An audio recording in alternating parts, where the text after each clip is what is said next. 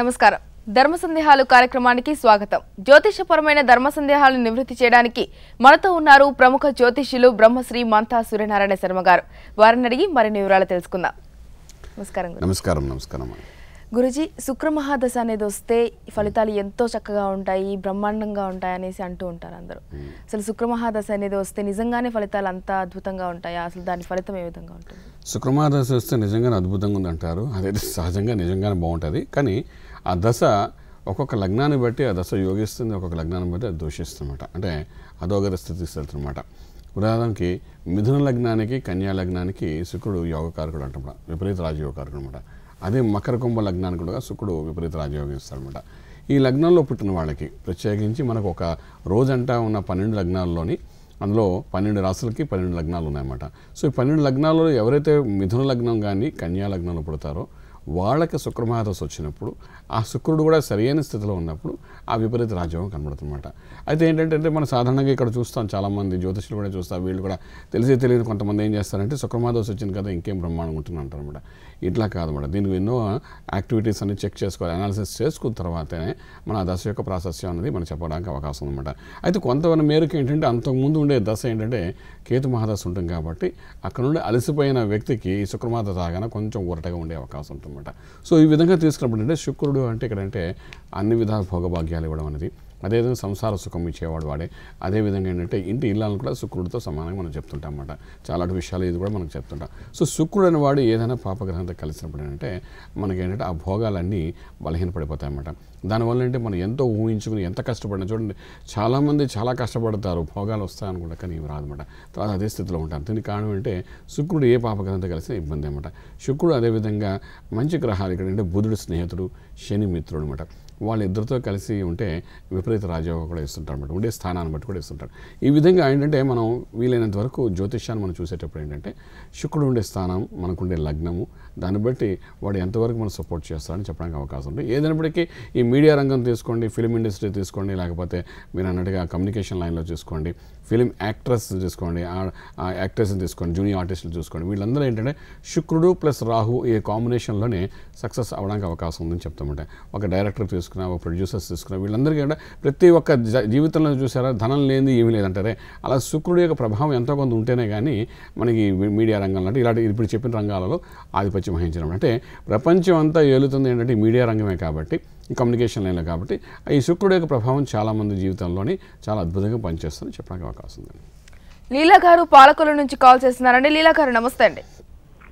నమస్తే మేడం. చెప్పండి, మీ పుట్టిన తేదీ, సమయం, మీరు ఎక్కడ పుట్టారు, మీ సమస్య ఏంటి, గురుజీకి వివరించండి. హలో, మా హస్బెండ్ గురించి అండి. చెప్పండి అమ్మా. మా husband date of birth 3/1/1975. Time అండి మధ్యాహ్నం 1 గంటన్నర. కొంచెం గట్టిగా చెప్పండి అమ్మా. మధ్యాహ్నం 1 గంటన్నరండి. ఏ ఊళ్ళో పుట్టారమ్మా? నర్సాపురం అండి. ఇప్పుడు ఏం చేస్తున్నారు, ఏం తెలుసుకోవాలనుకుంటున్నారు? ప్రజెంట్ విదేశాల్లో ఉన్నారండి. సెటిల్మెంట్ ఎక్కడ అవుతుంది, ఆయన ఫ్యూచర్ ఎలా ఉంటుంది? విదేశాలు ఏంటమ్మా, ఉద్యోగాని కోసం వెళ్ళారా? జాబేనండి. ఏమన్నా ప్రమోషన్లు అటువంటివి ఉంటాయా అక్కడ? అమ్మా మీ వారిది ఇక్కడ ఉత్తరా నక్షత్రం సింహరాశి అయిందమ్మా. ఒక అదృష్టకరమైన విషయం ఏంటంటే ఏళ్ళనాటి శని ప్రభావం మన సెప్టెంబర్ 5తో అయిపోయింది కాబట్టి అది ఒక యోగం కింద భావిస్తాం. తృతీయ స్థానంలో శని రాహులు కలియక ఒక యోగంగా చెప్తామన్నమాట.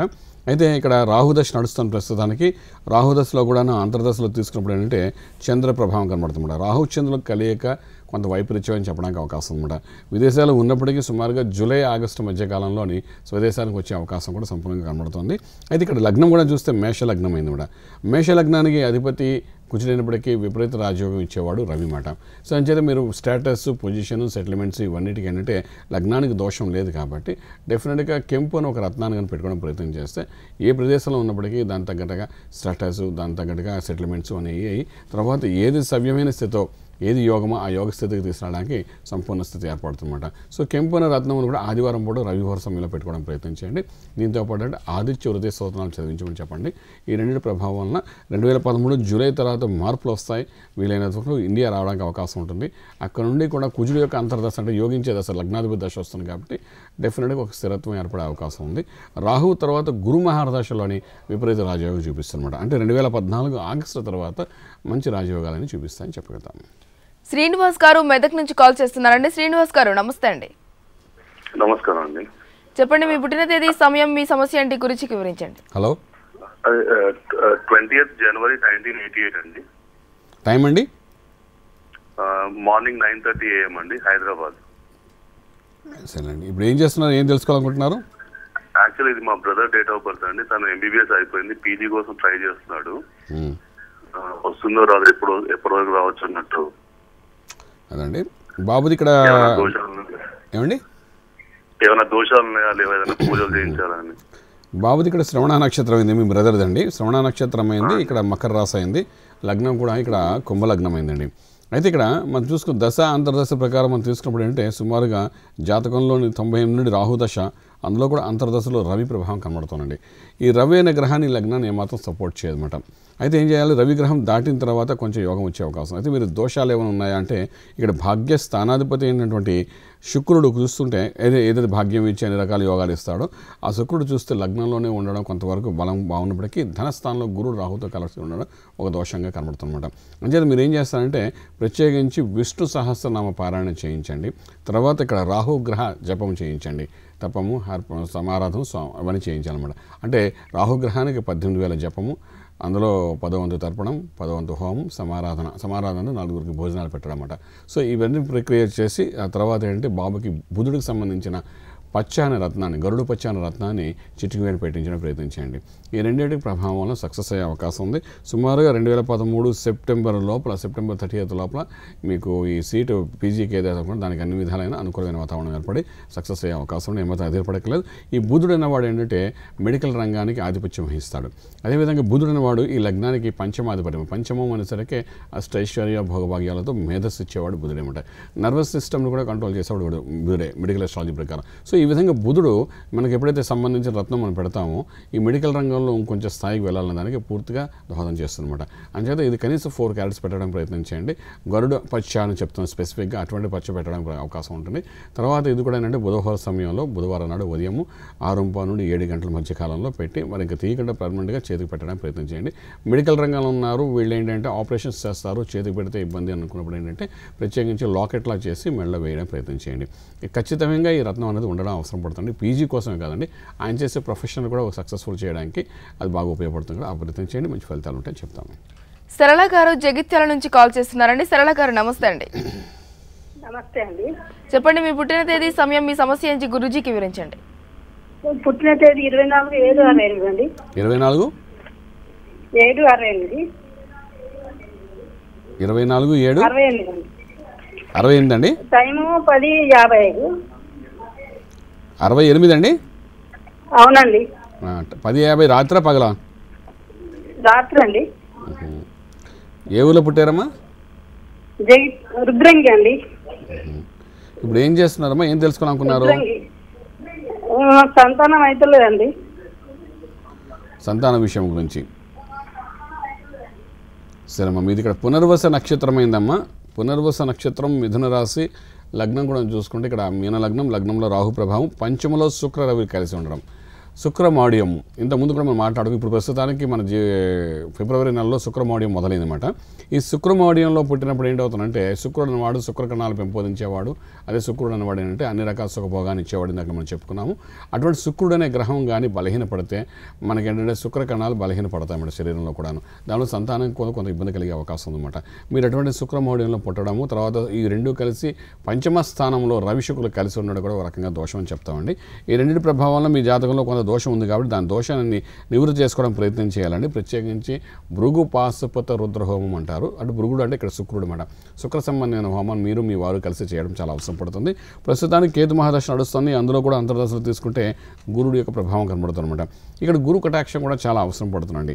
అంచేత మీరు ఏం చేస్తే కనక పుష్యరాగమైన రత్నాన్ని చూపుడు వేలకి, అదేవిధంగా కెంపున రత్నాన్ని ఉంగరం వేలకు పెట్టుకోవడం ప్రయత్నం చేయండి. ఈ రెండింటి ప్రభావం వల్ల కూడా కొంత పాజిటివ్ ఎనర్జీ వస్తుంది. దీనితో మీ వారి యొక్క జాతకాన్ని కూడా పరిశీలించడం చాలా అవసరం పడుతుంది. మీ జాతకంలో దోషం అయితే ఉంది, మీ వారి జాతకం కూడా ఏ విధమైన దోషం చూసుకుని రెండు జాతకాలు పరిశీలించిన తర్వాత సంతానానికి మూలం అవ్వకుండా ఉండడానికి కారణం ఏమిటి అనేది వివరంగా చెప్పడానికి అవకాశం ఉంటుంది. దీనికోసం అంటే మీ ఇద్దరు జాతకాలు అనేది ఒక జ్యోతిష్యుల ద్వారా తెలుసుకుని చక్కగా వివరంగా ఆ తర్వాత ఫర్దర్ రెమెడీ చేయడానికి ప్రయత్నం చేయగలిగితే కొంత అవకాశం ఉంటుంది. మీ జాతకంలో అయితే సంపూర్ణమైన దోషం ఉంది.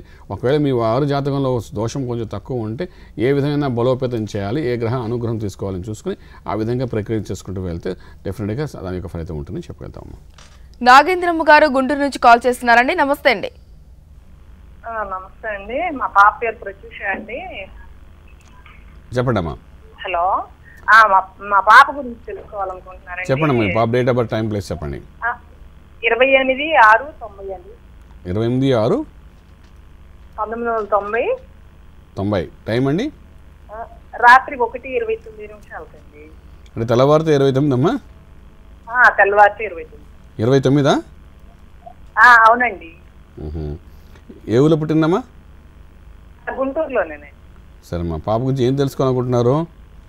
పాపది బీటెక్ అయిపోయిందండి. ప్రస్తుతానికి ఖాళీ ఉందండి. జాబ్ గురించి తెలుసుకున్నాను. జాబ్ చేస్తే బాగుంటుందా, మళ్ళీ ఎడ్యుకేషన్ MBA చేస్తే బాగుంటుందా అని అడగడం. అచ్చా. పాపది ఇక్కడ ఉత్తరా నక్షత్రం అయిందమ్మా, కన్యారాశి అయింది. అదేవిధంగా లగ్నం కూడా మేషలగ్నం అయింది.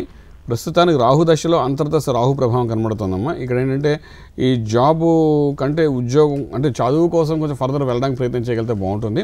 2014 అంటే ఇంకొక ఏడాది వరకు చదువుకోవచ్చు, పర్వాలేదు. ఈ తర్వాత వచ్చే ఏడాది ఏప్రిల్ తర్వాత ఉద్యోగంలో స్థిరత్వం ఏర్పడే అవకాశం ఉంది. ఆ తర్వాత ఉద్యోగ ప్రయత్నం చేయమనండి. తర్వాత అమ్మాయికి ఏం చేస్తారంటే ఆరోగ్యమే చాలా జాగ్రత్త చూసుకోవాల్సిన అవసరం పడుతున్నాము. అంచేతంటే రక్త సంబంధించిన సమస్య వచ్చే అవకాశం ఉంది, గ్యాస్ట్రిక్ ప్రాబ్లం కూడాను. అంచేతంటే మీరు కెంపును ఒక రత్నం అమ్మాయికి పెట్టడం ప్రయత్నించండి. కనీసం 3.5 to 4 క్యారెట్స్ అది ఉంగరం వేలు పెట్టించండి. దీంతో పాటు అంటే సూర్య ఆరాధన చేయించండి. ఉదయాన్నే లేవడం, పద్మాసనం వేసుకుని సూర్య నమస్కారాలు చేయడం, ఆదిత్య ఉదయం చదవడం, ఇటువంటి ప్రక్రియ చేయండి. దీనివల్ల అంటే ఆరోగ్యంగా ఉండడము. తర్వాత రాహు యొక్క పీడనం విపరీతంగా ఉంది అమ్మాయి జాతకంలో చూస్తుంటే. రాహు గాయత్రి మంత్రం కానీ, వేదమాత గాయత్రి అమ్మవారి గుళ్ళోని చక్కగా వెళ్ళి ఒకసారి హోమం అది చేయించడానికి కానీ ప్రయత్నం చేయండి. ఈ రెండింటి యొక్క ప్రభావం వల్ల రాహు పీడనం కొంత తగ్గే అవకాశం ఉంది. రాహు మహారదశ ఇప్పుడే మొదలైంది, 18 సంవత్సరాలు ఉంటుంది. ఈ రాహు అనేవాడు కూడా ఈ జాతకంలో చూసుకుంటే రాజ్యస్థానం అంటే కర్మస్థానం, ప్రొఫెషనల్ ఏ ప్లేస్లో జాయిన్ అవ్వాలి, ఎటువంటి పనులు చేయాలని దాంట్లో కూర్చుని ఉన్నాడు. కాబట్టి రాహుకి ఎంత మనం జపం చేయగలిగితే, ఎంత మంత్ర సాధన చేయగలిగితే అంత సక్సెస్ఫుల్ అయ్యే అవకాశం ఉంది. దీంతో కెంపున రత్నం కూడా పెట్టుకోండి, స్టాటస్ వస్తుంది. వచ్చే సంవత్సరం నుండి పరిణామాలు మంచి ఫలితాలు ఇచ్చే అవకాశం ఉందని చెప్పగలుగుతాము. హిమబిందు గారు శ్రీకాకుళం నుంచి కాల్ చేస్తున్నారండి. హిమబిందు గారు నమస్తే అండి. నమస్కారం అండి. గురుగారితో మాట్లాడదామని. చెప్పండి అమ్మా. నమస్కారం అండి. పుట్టిన తేదీ 4/12/1988 అండి. 4/12/88 అమ్మా. అవునండి. టైం అమ్మా? సమయం 4 గంటలకండి. ఉదయమా? ఉదయం అండి. ఏ ఊళ్ళో పుట్టారమ్మా? వైజాగ్ అండి. సరేనమ్మా. ఏం చేస్తున్నావు? ఇది ఎవరిది జాతకం? నాదేనండి. ఏం చేస్తున్నామా? ఏం తెలుసుకోవాలనుకుంటున్నారు? హౌస్ వైఫ్ నండి. ఆరోగ్యం ఎలా ఉంటుంది? ఏ స్టోన్ పెట్టుకోమంటారు? వెండిలో పెట్టుకోవచ్చా? అది చెప్పండి సార్. తప్పకుండానమ్మా. మీది ఇక్కడ హస్త నక్షత్రం అయిందమ్మా, కన్యారాశి అయింది. లగ్నం కూడా చూసుకుంటే ఇక్కడ ఏంటంటే మీది తులా లగ్నం అయింది. లగ్నంలో శుక్ర ప్రభావం కనబడుతుంది. ప్రస్తుతానికి మీకు రాహు మహారదశ ఇవాళంతా వచ్చిన వాళ్ళందరికీ రాహుదశ నడుస్తుంది. అదేమిటో కానీ రాహు మహారదశ నడుస్తుంది. ఈ రాహు మహారదశలో కూడా అంతర్దశలో ఇక్కడ ఏంటంటే శుక్రుడు యొక్క ప్రభావం కనబడుతుందమ్మా. ఇక్కడ ఆరోగ్యానికి వచ్చిన 2 రకాల అనారోగ్య స్థితి కనబడుతుంది. ఒక ఎముకలకు నొప్పి, బోన్ పెయిన్ ఒకటి వచ్చే అవకాశం ఉందమ్మా. తర్వాత రక్త సంబంధించిన సమస్య వస్తుందన్నమాట. ఈ రెండు మిమ్మల్ని పీడించే అవకాశం కనబడుతుంది బాగాను. అయితే దీనికి తోడంటే మనకి ఈ రెండింటిని పరిణామాలు కొంచెం జాగ్రత్త చేసుకోవడానికి రాహు గాయత్రి మంత్ర సాధన చేయండి అమ్మా. ఇదేంటంటే రాహు కాలంలోని నాగధ్వజాయ విద్మహే పద్మహస్తాయ ధీమహి తన్నో రాహు ప్రచోదయాత్, ఇది రాహు గాయత్రి మంత్రం. తర్వాత రాహు కాలంలోని మనం ఏం చేయాలంటే ప్రత్యేకించి ఒకటి నూనె దీపం, ఒకటి నెయ్యి దీపం వెలిగించండి. నూనె దీపం అనేది ఏంటంటే రాహు యొక్క దోషాన్ని తీస్తుంది, నెయ్యి దీపం కూడా మీకు యోగాన్ని ఇస్తుందన్నమాట. సో ఈ 2 దీపాలు వెలిగిస్తూ ఆ దీపాలు కొండెక్కేంత వరకు ఈ మంత్ర సాధన చేయండి. నాగధ్వజాయ విద్మహే పద్మహస్తాయ ధీమహి తన్నో రాహు ప్రచోదయ. ఇది రాహు గాయత్రి మంత్రం అన్నమాట. ఈ మంత్రాన్ని చేయడానికి ప్రయత్నం చేయండి. తర్వాత మీరేంటి రత్నాల విషయానికి వచ్చినప్పుడు ఏంటంటే బుధుడికి సంబంధించిన గరుడు పచ్చ అనే రత్నం పెట్టుకోండి మీరు. ఈ గరుడు పచ్చ ఏంటంటే నరాలకు సంబంధించిన సిస్టమ్ అంతా అంటే పర్ఫెక్ట్ చేస్తుంది. దాంతో అనారోగ్య స్థితిని, ఎందుకు నరాల లోపలనే రక్తం అవి స్రవించే స్థితి బాగున్నప్పుడే మనకు ఆరోగ్యంగా ఉంటామన్నమాట. సో బుధుడు దీనికి ఏంటంటే కంట్రోల్ చేసే అవకాశం ఉంది కాబట్టి మెడికల్ అస్ట్రాలజీ ప్రకారం ఈ గరుడు పచ్చ అనే రత్నం కూడా మీరు పెట్టుకోవడం ప్రయత్నించండి. ఈ పచ్చ అనే రత్నము రాహు గాయత్రి మంత్రము, రాహుకాలను చేయడము, ఈ 3 కాంబినేషన్లో. ఇంకా మీకు చెప్పాలంటే మీరు విశాఖపట్నంలో ఉన్నారు కాబట్టి అక్కడ దేవరాపల్లి అనే గ్రామం దగ్గర కళ్ళేపల్లి రాగా గ్రామం ఉంది. అక్కడ వేదమాత గాయత్రి అమ్మవారి ఆలయం ఉంది. ఆ ఆలయంలో వెళ్ళి ఒకసారి హోమం కూడా చేయించాను అమ్మవారు, గాయత్రి అమ్మవారిది. ఎందుకంటే ఇవన్నీ ఎందుకు చెప్తున్నారు, రాహుకి ఆధిపత్యం వహించేవాడు గాయత్రి అమ్మవారు అంటారనమాట. సో ఇటువంటి ప్రయత్నాలు చేయండి, దీని ఫలితం అద్భుతంగా ఉంటుంది. ఎందుకంటే రాహు దశ మీకు 2000 మొదలైంది, 2018 వరకు ఉందన్నమాట. సో ఈ రాహుకి ఎంత మనం చేసుకోగలిగితే అంత ఆరోగ్యంగా ఉండడానికి అవకాశం ఉంది కాబట్టి ఈ ప్రయత్నాలు చేయండి, మంచి ఫలితాలు మీకు ఉంటాయని చెప్పుకెళ్తాము. సుమా గారు శ్రీకాకుళం నుంచి కాల్ చేస్తున్నారండి. సుమా గారు నమస్తే అండి. నమస్తే అండి. చెప్పండి, మీ పుట్టిన తేదీ, సమయం, మీ సమస్య ఏంటి గురించి వివరించండి. 13/11/1995 అండి. 13/11/1995. టైం అమ్మా? తెల్లవారు 5:30 ఏ ఊళ్ళో పుట్టారమ్మా? రాజామండి, శ్రీకాకుళం డిస్ట్రిక్ట్. సరేనమ్మా. ఇప్పుడు ఏం చేస్తున్నారమ్మా, ఏం తెలుసుకోవాలనుకుంటున్నారు? మా బాబు ఇంటర్మీడియట్ చదువుతున్నారండి. ఎలా చదువు ఉంటుంది, వాడి ఆరోగ్యం కొంచెం సమస్యగా ఉంది. ఏ గ్రూప్ తీసుకున్నాడమ్మా ఇంటర్మీడియట్లో? ఎంపీసీ అండి. ఎంసెట్ రాస్తాడు, ర్యాంక్ వస్తుందా లేదా మంచిదని. ఏంటమ్మా? ఎంసెట్ రాస్తున్నారండి, ర్యాంక్ మంచిగా వస్తుందా లేదా అని కనుక్కున్నామని. అమ్మా ఇక్కడ పునర్వస నక్షత్రం అయింది మీ బాబుది, ఇక్కడ మిథున రాశి అయింది. లగ్నం తులా లగ్నం, లగ్నంలో రవి రాహు బుధుడు యొక్క ప్రభావం బాగా కనబడుతున్నామా. బాబు కొంచెం కోపం తగ్గించుకోమని చెప్పండి, ఆవేశం తగ్గించుకోమని చెప్పండి. ఆవేశంగా ఆలోచించడం, కోపంగా ఆలోచించడం, తన కోపమే తన శత్రువుగా తను కొంచెం బలహీనపరిచే అవకాశం ఉంది. అది కొంచెం జాగ్రత్త తీసుకోమని చెప్పండి. తర్వాత భాగ్యంలో చంద్రుడు ఉన్న కూడా ఒక యోగమే, మంచి స్థిరమైన ఉద్యోగం, స్థిరమైన చదువు అన్నీ వచ్చే అవకాశం ఉంది. ప్రస్తుతానికి చూసుకుంటే శని మహాదశ, అందులో కూడా అంతర్దశలో మనకి ఏంటంటే చంద్రుడు యొక్క ప్రభావం కనబడుతుంది. ఇక 2013 జూలై తర్వాత అద్భుతంగా కనబడుతుంది. అయితే ఈ లోపల ఒక సెటిల్మెంట్ కూడా కనబడుతుంది. ఇక్కడ శని అనేవాడు అంటే చాలామంది అనుకుంటాం శని మహాదశ వచ్చిందా వీడేంటి శని ఇబ్బంది పెడతాడేమో అని అనుకుంటాం. కానీ మీ లగ్నానికి, మీ అబ్బాయి యొక్క లగ్నానికి శని విపరీత రాజయోగకారకుడు అన్నమాట. తులా లగ్నానికి చతుర్థ పంచమాధిపతి అయిన శని మంచి రాజయోగం ఇస్తారన్నమాట. ఈ లగ్నంలో పుట్టేవాళ్ళు చాలా మహానుభావులు. పివి నరసింహారావు గారు ఇదే లగ్నంలో పుట్టారు, చిరంజీవి గారు కూడా ఇదే లగ్నంలో పుట్టారు. సో ఈ లగ్నం చెప్పాలంటే ఈ లగ్నానికి అంత బలం ఉందన్నమాట. సో అటువంటి లగ్నంలో మీ అబ్బాయి పుట్టి ఉన్నాడు కాబట్టి డెఫినెట్గా అంటే శని మహాదశ నడుస్తుంది కాబట్టి విపరీత యోగాన్ని ఇచ్చే అవకాశం ఉంది. ఏమాత్రం అదే పడకండి, చక్కగా ఎంసెట్ సీట్ వస్తుంది. అయితే చేయవలసిన అంటే మయూరు నీలమైన రత్నాన్ని మధ్యవేలు పెట్టించండి, 4 క్యారెట్స్ వరకు పెట్టించండి, అందులో వెండిలో చేయించండి. అదేవిధంగా గరుడు పచ్చని రత్నం చిటి వేలు పెట్టండి. ఇదేంటంటే బాగున్న దాన్ని ఇంకొంచెం యోగంలోకి తీసుకుని వెళ్ళాలన్నమాట. మనం చూడండి ఎంత ఆరోగ్యంగా ఉన్నా అంటే మనం ఎంత సహజంగా ఉన్నప్పటికీ రోజు మార్నింగ్ వాక్కి వెళ్తుంటారు చాలా, ఎందుకంటే ఆరోగ్యం ఉండడం కోసం, అంటే కాళ్ళు ఏదో పన్ను పెట్టాలని కాదు కదా. సో ఆ విధంగా ఏంటంటే ఇక్కడ ఏంటి ఈ రత్నాలు కూడా ఏం చేస్తాయంటే ఉన్న యోగాన్ని విపరీత రాజయోగం తీసుకురావడానికి ఉపయోగపడతాయన్నమాట. దీంతో ఆంజనేయ స్వామికి ఆరాధన చేయమని నిత్యము. ఈ ఆంజనేయ స్వామి యొక్క ఆరాధన అనేది చాలా అద్భుతంగా పనిచేస్తుంది. ఏదైనా ఒక శ్లోకం ఆంజనేయ స్వామిది రోజుకు కనీసం 11 సార్లు చదవడానికి ప్రయత్నం చేయమని. ఈ 3 ప్రభావం జీవితంలో ఎటువంటి లోటు లేకుండా లైఫ్ లాంగ్ అంతా చాలా చక్కగా ఉంటుంది చెప్పుకెళ్తాము. పుల్లారెడ్డి గారు గుంటూరు నుంచి కాల్ చేస్తున్నారండి. నమస్తే పుల్లారెడ్డి గారు. పుల్లారెడ్డి గారు నమస్తే అండి. మరి మా అబ్బాయి జాతకం తెలుసుకోవాలని ఉందండి. చెప్పండి, మీ అబ్బాయి డేట్ ఆఫ్ బర్త్, పుట్టిన ప్లేస్, ఏ సమయంలో పుట్టాడు గురించి వివరించండి. ఏప్రిల్ 22 అండి. ఏప్రిల్ 22, 1993. టైం అండి? టైం సుమారు కరెక్ట్ తెలియదండి, 12 గంటల ప్రాంతం అండి. మధ్యాహ్నం అండి? 1 గంట, 12 గంటల ప్రాంతం మధ్యాహ్నం ఎనకొండలో అండి. బాబు ఇప్పుడు ఏం చేస్తున్నాడు, ఏం తెలుసుకోవాలనుకున్నారు? అబ్బాయి హార్టికల్చర్ సెకండ్ ఇయర్ చదువుతున్నాడండి. సరే. తాడేపల్లిగూడెంలో హార్టికల్చర్ సెకండ్ ఇయర్ చదువుతున్నాడు. అతని జాతకం ఏంటి, ఎట్లా పొజిషన్, ఎడ్యుకేషన్ కానీ జాబ్ పర్పస్ కానీ తెలుసుకుందామని అడిగానండి. తప్పకుండా. బాబుది ఇక్కడ అశ్విని నక్షత్రం మేషరాశి అయిందండి. లగ్నం చూస్తే ఇక్కడ కర్కాటక లగ్నం, అదే లగ్నంలో కుజుడు యొక్క ప్రభావం కనబడుతోంది. ప్రస్తుతానికి శుక్రమహాదశ నడుస్తుందండి. అందులోని ఆఖరి స్టేజ్ అయినటువంటి కేతు యొక్క ప్రభావం కనబడుతోందండి. అయితే 2014 ఫిబ్రవరి తర్వాత, అంటే వచ్చే సంవత్సరం ఫిబ్రవరి తర్వాత బాబుకి అన్ని రకాల రాజయోగాలు కనబడుతున్నాయండి. అంతవరకు మాత్రం కొంచెం చదువులో కూడా బలహీన స్థితి కనబడుతుంది, కొంచెం అస్తంగతుడిగా కనబడుతున్నాడు మనిషి, కొంచెం అలసటగా, అదేవిధంగా అనారోగ్యం కూడా కనబడుతుంది బాబుకి. ఇవన్నీ ఏంటంటే ఈ సంవత్సరం మొత్తం అంతా ఉంటుంది, వచ్చే సంవత్సరం బాగుంటుంది. అయితే ఈ అబ్బాయి విషయంలో చేయవలసిన ఒక ముఖ్యమైన పని ఏంటంటే కెంపును ఒక రత్నం పెట్టించండి. అదేంటంటే రూబీ అంటారన్నమాట ఇంగ్లీష్లోని. ఈ కెంపును రత్నం కనీసం 4 క్యారెట్స్ పెట్టించండి. తర్వాత ఇక్కడ సూర్య ఆరాధన బాగా చేయాలి. అంటే ఓం గృణి సూర్య ఆదిత్యం, ఇది సూర్యనామూర్తికి సంబంధించిన బీజాక్ష మంత్రం. గృణి అనేది బీజాక్ష మంత్రం అనమాట. ఓం గృణి సూర్య ఆదిత్యం, ఈ మంత్రాన్ని రోజు కనీసం 10 నిమిషాలు చదవడానికి ప్రయత్నించండి. ఇక్కడ 10 నిమిషాల్లో చెప్పడంలో ఉద్దేశం అంటే చక్కగా ఓంకారం చెప్పి 10 నిమిషాలు ఈ మంత్రం చదివి తర్వాత శాంతి శాంతి శాంతి ఏదో ఒక చోట్ల కూర్చొని చక్కగా చదవమని చెప్పండి. దీనివల్ల ఏంటంటే ఈ సంఖ్య లెక్క పెట్టడం మానేస్తారు, మనసంతా ఏకాగ్రత అవుతుంది, శరీరంలో పాజిటివ్ ఎనర్జీ రావడానికి ప్రయత్నం చేస్తుందన్నమాట. సో ఈ విధంగా అంటే కళ్ళు మూసుకుని ఒకే మంత్ర సాధన చేయడం. ఇప్పుడు ఎవరైనా మెడిటేషన్ చేసేది కదా, ఓం అనే పదాన్ని దృష్టిలో పెట్టుకుని చేస్తారు, ఒక దీపాన్ని దృష్టిలో పెట్టుకుని అందరూ మెడిటేషన్ చేస్తారు. నేను అంటుంది ఏంటంటే మంత్రాన్ని సాధనం చేసుకుంటూ మెడిటేషన్ చేసిన ఫామ్లో కూర్చొని చేయడం వల్ల పాజిటివ్ ఎనర్జీ ఫామ్ అవుతుందన్నమాట. సో ఈ విధంగా చేయడం వల్ల అంటే రవి యొక్క బలంతో ఒక యోగానికి వెళ్ళే అవకాశం ఉంది, ఆరోగ్యంగా ఉండు. అయితే వచ్చే సంవత్సరం మాత్రం జాతకం కూడా గ్రహాలు కూడా అనుకూలిస్తాయి కదా, అక్కడ నుండి కొంచెం సక్సెస్ ఉంటుందని చెప్పుకెళ్తాము. గురుగారు, ఇంటిల్లిపాది సుఖంగా ఉండాలంటే అమ్మవారి పూజల్లో ప్రాశస్త్యం వహించేది.